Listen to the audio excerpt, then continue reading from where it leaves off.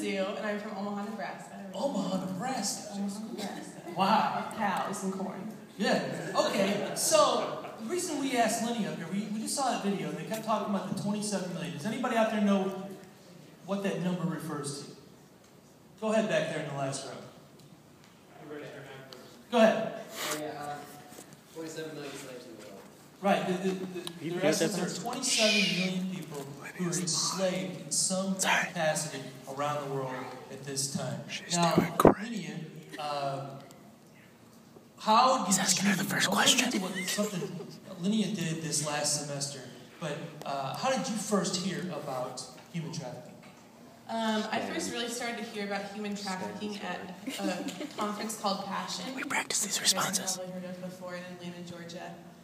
And the focus of it this year, and as well as last year, was human trafficking and modern-day slavery. So they brought in a lot of speakers from like the Polaris Project, and they just had a panel of speakers that worked in freeing the slaves. And they had Gary Haugen, the CEO and president of International Justice Mission, came and gave a talk for like an hour and just talked about basically what they do as IJM to free the slaves and to bring about justice and what God says about justice and stuff like that. So that's where I heard about it, which was early January, I guess, this year.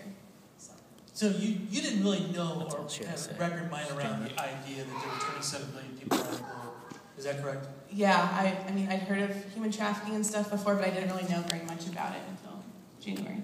So you went to Passion with a group of students from your church back in Nebraska?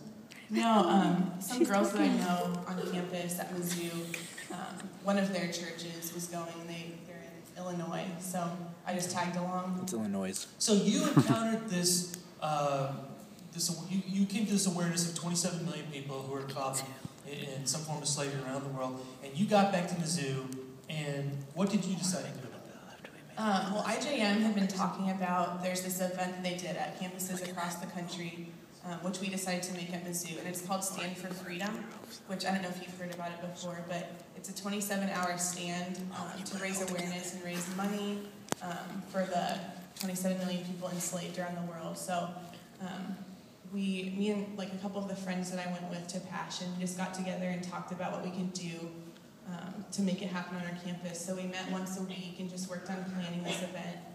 And so basically we put it all together, and we got a bunch of different campus ministries involved, and Missio Dei was super helpful. That's our church.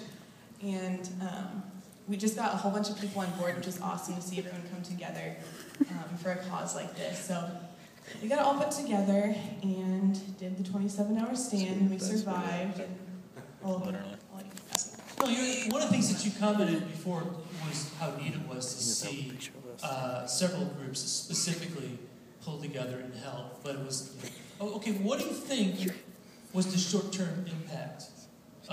Tell me some interactions you might have had with some students. Because at Mizzou, there's a place called Speaker Circle, where it's a lot of gatherings where you have some very serious things like Stand for Freedom, and you have some crazy things where anything, you can say anything, it's just a testimony to free speech, and there's both great and wacky things going on there. But what were some interactions you had with students that walked by the booth?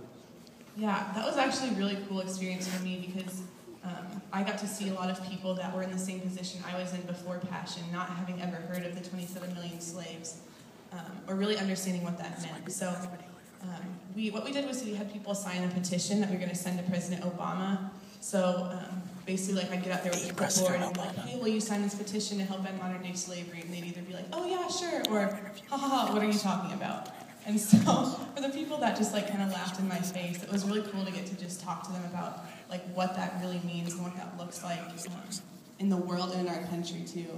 Because a lot of people think, you know, it's just like a third world country thing, but it does happen in the United States, too. So it was cool to just get to talk to people about that and watch, like, their faces change from, like, disbelief to, like, oh my gosh, this is a real thing and this is an actual problem in the world.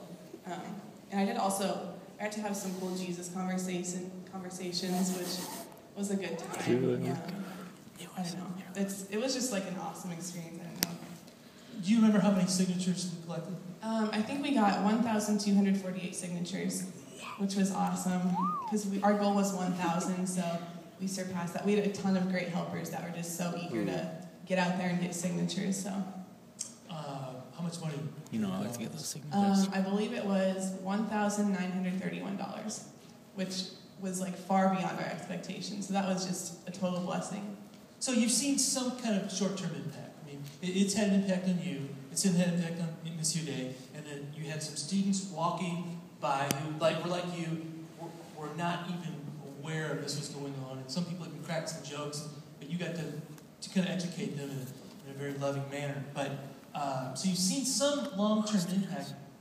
My next question is a question you probably can't answer, but have you started to think about what are the next steps?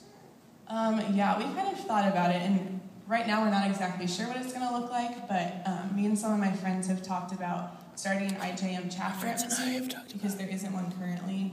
So we've talked about doing that. We've looked into that a little bit. Also just in planning the event and reaching out to different organizations.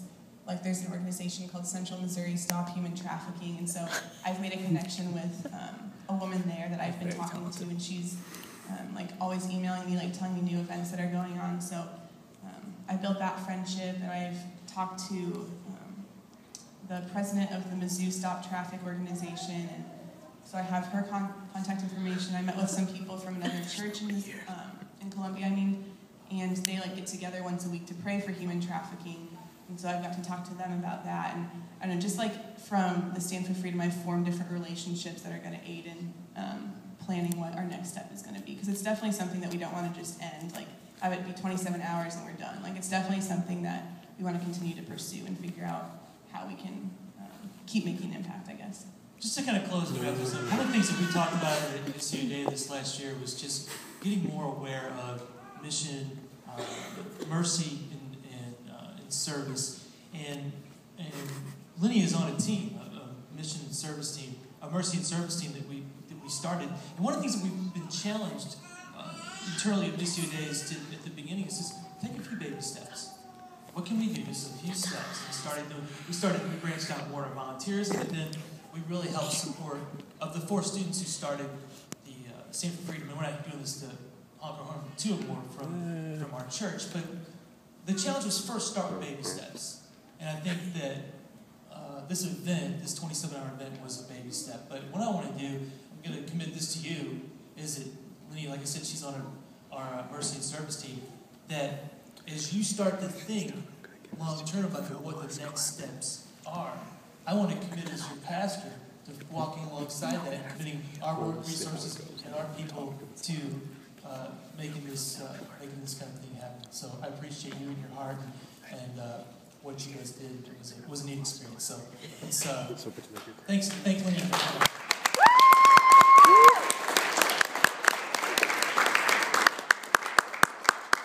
One of the things we're going to talk more about. Sir, how do you feel like the interview went? Does she do this often? She looks just very professional out there. Did anybody else First time. I don't think it's really many. Do you think she's going to go somewhere? You guys did a Raleigh Missio for Freedom. Excellent. And I know that First Baptist Arnold did something last night as well. So I just want to maybe hear more about that. Maybe more of us can be a part of that next year. Get the word out to more people. On a quick segue, we're going to have Danny Dukes and the guys come back up here, but I want to give away a few.